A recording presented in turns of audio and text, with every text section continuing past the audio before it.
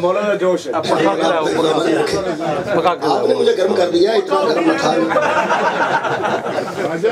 مولانا کی آمد ہے آواز خراب کرے، گلا خراب کرے، توجہ رکھیں۔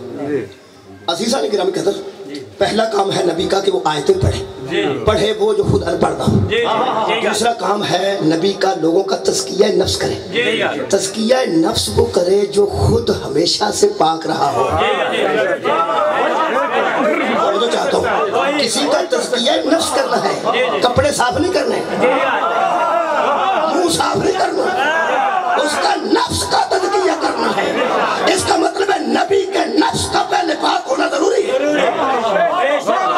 نبی کے نفس کا پاک ہونا ضروری ہے۔ کہ بلا میلے ہاتھوں سے جب آپ کسی کو صاف کریں گے تو وہ بھی میلا ہو جائے گا۔